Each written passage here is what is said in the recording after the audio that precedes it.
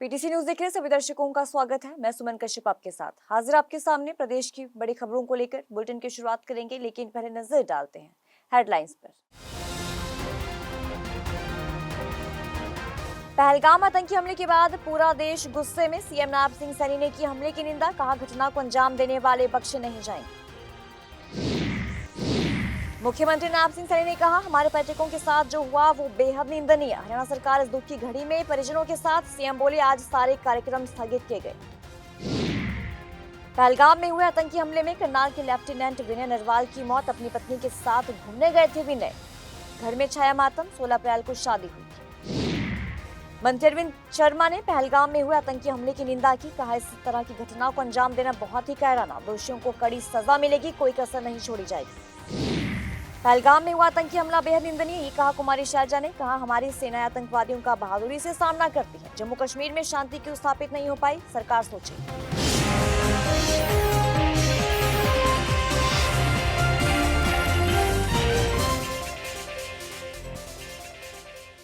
और अब खबर विस्तार से। पहलगाम में हुए आतंकी हमले से पूरे देश में गुस्सा है। पहलगाम के बरसैन घाटी के ऊपरी इलाकों में पर्यटक घूम रहे थे और अचानक उन पर गोलीबारी कर दी गई।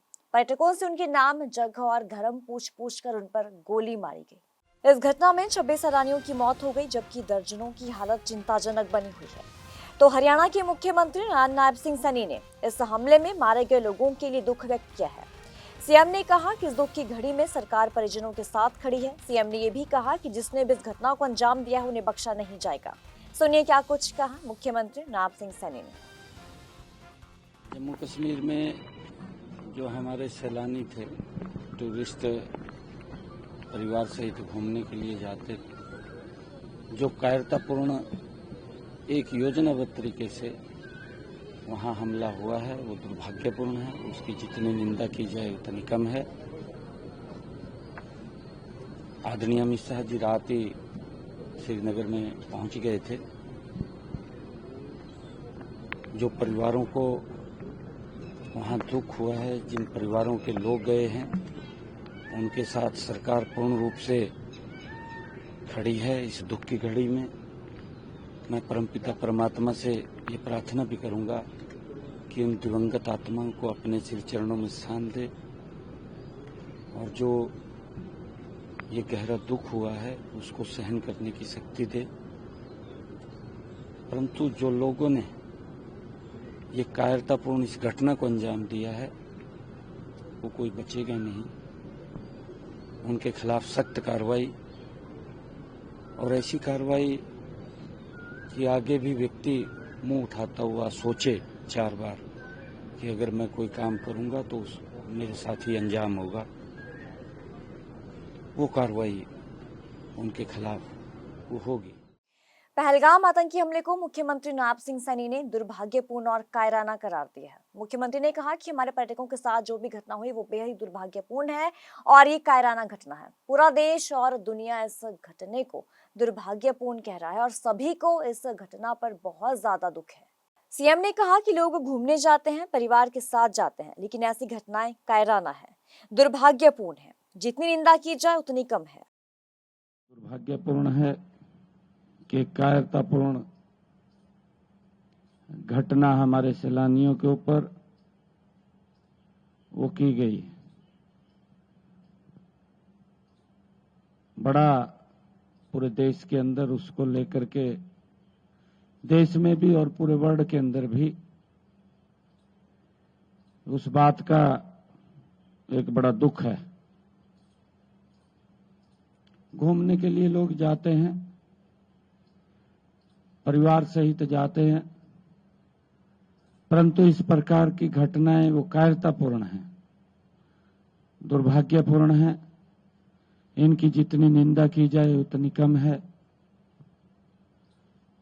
हर व्यक्ति को अपना जीवन जीने का अधिकार भी है। इस प्रकार की कायरतापूर्ण घटनाएं करके लोगों के अंदर एक भय का वातावरण पैदा करके उनके मंसूबे कभी भी सिद्ध नहीं होते।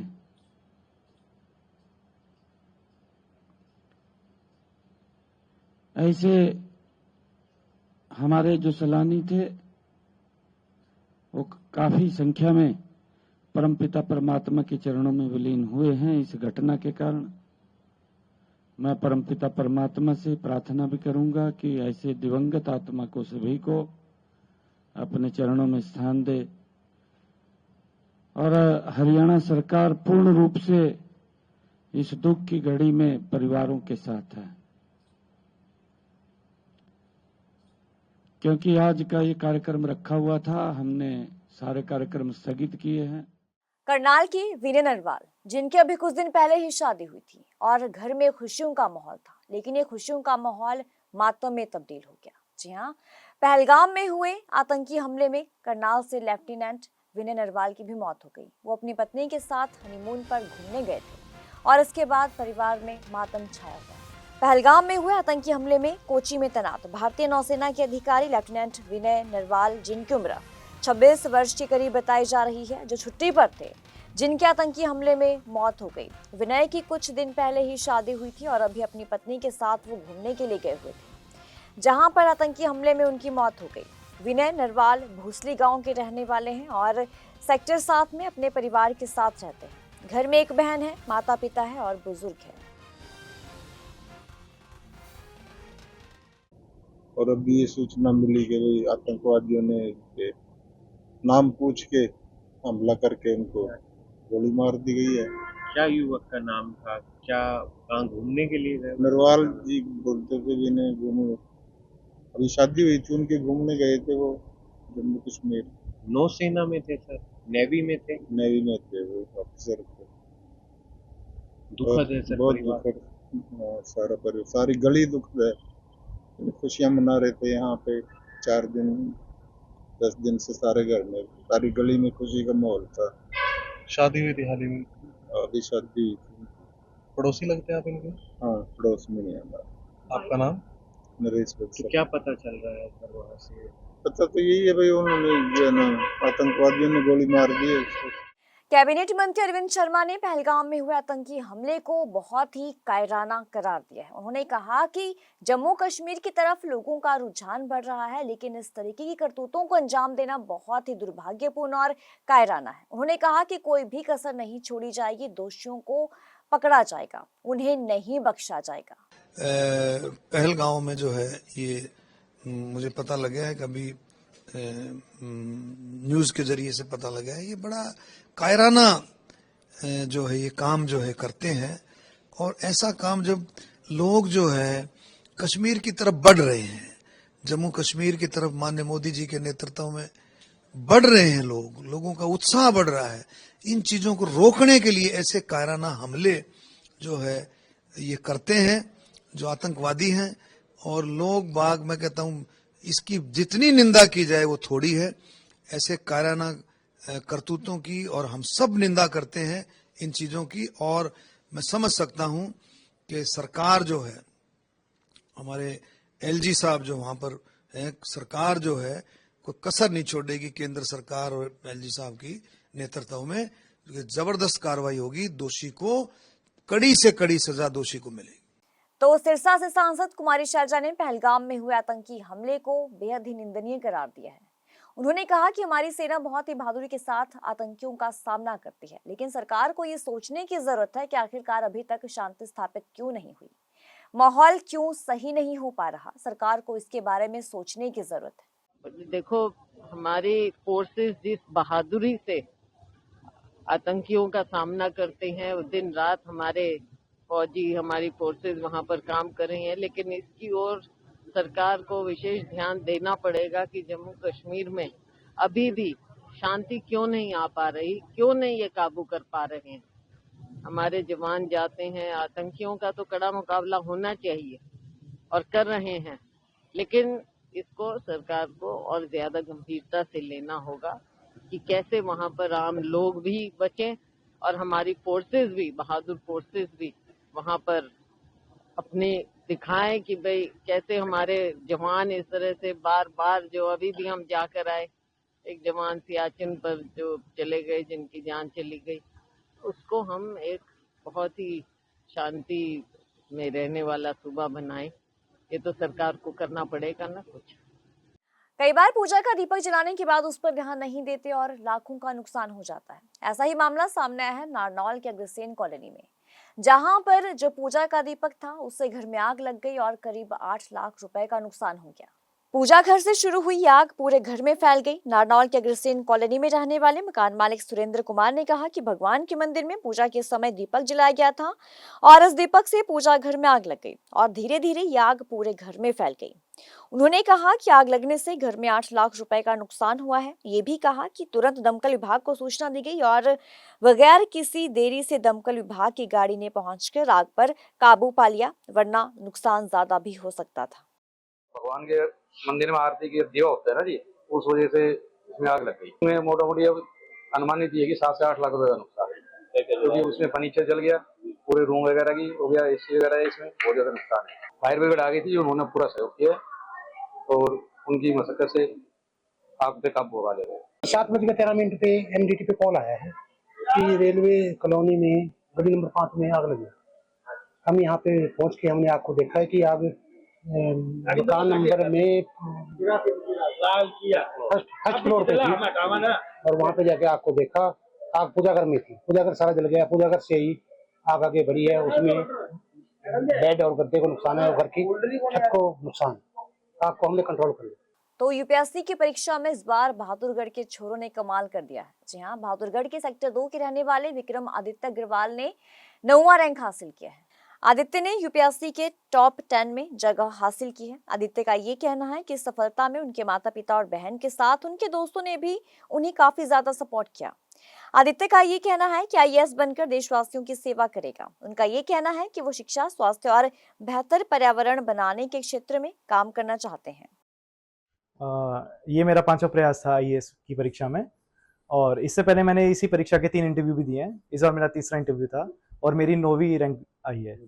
मेहनत तो काफ़ी करनी पड़ी, शुरू में चीज़ें समझ में नहीं आती हैं धीरे धीरे, बट धीरे धीरे जैसे गाइडेंस मिलती रहती है, कुछ दोस्त हो गए, माता पिता की गाइडेंस हो गई, कुछ टॉपर्स की गाइडेंस हो गई, तो उनसे फिर धीरे धीरे सीख कर, कुछ टीचर्स की गाइडेंस हो जाती है तो उससे सीख कर फिर मैंने अच्छे से प्रयास किया। जुनून तो 2019 में स्टार्ट हुआ जब मैं अपनी जॉब कर रहा था टाटा मोटर्स में। तब जॉब के दौरान ही मैंने सोचा कि मुझे थोड़ा सा एक ऐसा फील्ड चुनना चाहिए जिसमें मुझे और डाइवर्सिटी मिले, जहाँ मैं और सेक्टर्स में काम कर चुकूँ, नीचे दर्जे के जो सेक्टर्स लोगों के लिए काम कर सकूँ। तब मैंने फिर यूपीएससी का सोच के और टाटा मोटर्स की जॉब छोड़ के घर आके तैयारी। परिवार में माता पिता और बहन है, बड़ी बहन। मोटिवेशन के लिए मैं किसी एक को मैं सब बोलूंगा कि सबने बहुत ज्यादा मोटिवेट किया। पापा का हमेशा से ये रहा, पीछे एक सपोर्ट बन के रहे, और मम्मी ने भी हर रोज प्रयास किया कि मुझे कोई तकलीफ ना हो घर से रिलेटेड। तो और बहन तो हमेशा से रहती थी साथ, जो बातें हम माता पिता को नहीं बता सकते वो बहन को बताते थे, तो उसी से ही सफल हुए हैं। अंबाला कैंट रेलवे स्टेशन पर रेलवे यात्रियों के लिए खास सुविधा शुरू की गई है। जी हाँ, यहाँ पर यात्रियों के लिए पार्किंग के लिए खास स्थल बनाया गया है और यहाँ पर प्रति घंटे के हिसाब से चार्ज किया जाएगा। ये रेट रेलवे द्वारा तय किए गए हैं। यात्रियों की सुरक्षा के लिए सीसीटीवी कैमरे की सुविधा भी उपलब्ध होगी और पैदल चलने वालों के लिए भी अलग से रेलिंग होगी। पार्किंग में आए वाहन चालकों का ये कहना है कि पार्किंग का ठेका नया हुआ है, जिससे फायदा भी है और नुकसान भी है, क्योंकि पहले सारा दिन 50 रुपए लगते थे, अब 10 मिनट फ्री होने के बाद घंटे के हिसाब से पैसे लग रहे हैं। तो अभी अचानक से पार्किंग चेंज हुई है, रेट वगैरह बढ़ गए हैं। अब क्या पता नहीं ठेका कितने का है, क्या होता है क्या नहीं है, मगर अचानक से रेट बढ़ते हैं तो आम पब्लिक को तो दिक्कत होती है। टोल भी एकदम से टोल वगैरह लगा दिए हैं, जिसमें 2 व्हीलर भी है, 4 व्हीलर भी है। ठीक है, कुछ तो एकदम मतलब यहाँ पे काम करते हैं तो बार बार अंदर बाहर होते रहते हैं, तो उनके लिए तो बहुत ही दिक्कत है। इनके तो रेट बढ़ गए सर, ये ठेका भी तो करोड़ों के हिसाब से हुआ ना। ये 10 मिनट की फ्री है, उसके बाद 30 रुपए चार्ज है जी 11 मिनट। अच्छा भी है जी, माड़ा भी है, दोनों काम है हमारे लिए। तो पहले हम पास बनवाते थे, अभी पास नहीं बन रहे, अभी देखते हैं क्या बनता है। पार्किंग के रेट बहुत बढ़ चुके हैं। ठीक है जी, और मैं यहीं पे कम से कम 4 साल हो गए हैं मेरे को टैक्सी चलाते हुए, तो इन्होंने पार्किंग के रेट ज़्यादा बढ़ा दिए हैं, तो इसलिए बड़ी समस्या आ रही है हमें। कितने होने चाहिए, कैसे क्या क्या? इनके रेट हद से ज़्यादा बढ़ चुके हैं जी। ठीक है, जो 30 रुपए ले रहे हैं, ये सिर्फ 10 मिनट के 30 रुपए ले रहे हैं। ये हमारी अंबाला कैंट रेलवे स्टेशन पे 10 अप्रैल से एक नया कॉन्ट्रैक्ट चालू हुआ है एक्सेस कम पार्किंग का। इसमें 3 पार्किंग है और एक्सेस कंट्रोल में जो भी अनाधिकृत वाहन जो रेलवे स्टेशन पे आके घंटों खड़े रहते थे उनको रोक के सुचारू रूप से यातायात प्रबंधन के लिए एक प्रणाली बनाई गई है, जिसमें 3 बूम एग्जिट पे 3 बूम एंट्री पे लगाए गए हैं। 2 अभी प्राथमिकता पे चालू कर दिए गए हैं, जिसमें जो भी गाड़ियों को पार्क नहीं करते हैं, जो इधर उधर गाड़ियों को खड़ी करते हैं, वो उनके लिए एक टाइम शेड्यूल का टैरिफ है। प्राइवेट व्हीकल के लिए 10 मिनट का फ्री करके रखा गया है और 10 से 20 मिनट का उनका 40 रुपए है, 20 से 30 मिनट का 50 रुपए है, 100 रुपए सॉरी, और 30 से 60 मिनट का 250 रुपए। इसके बाद में अगर जो भी व्यक्ति आते हैं रेलवे स्टेशन पर 10 मिनट में गाड़ी को पार्क कर लेते हैं तो उनका पार्किंग चार्ज एप्लीकेबल होगा। पार्किंग चार्ज भी मिनिमम रेट के हैं, 2 घंटे के 30 रुपए 4 व्हीलर के हैं और 2 घंटे के 10 रुपए 2 व्हीलर के। इस बुलेटिन में इतना ही। खबरों की ज्यादा अपडेट के लिए आप बने रहिए हमारे साथ।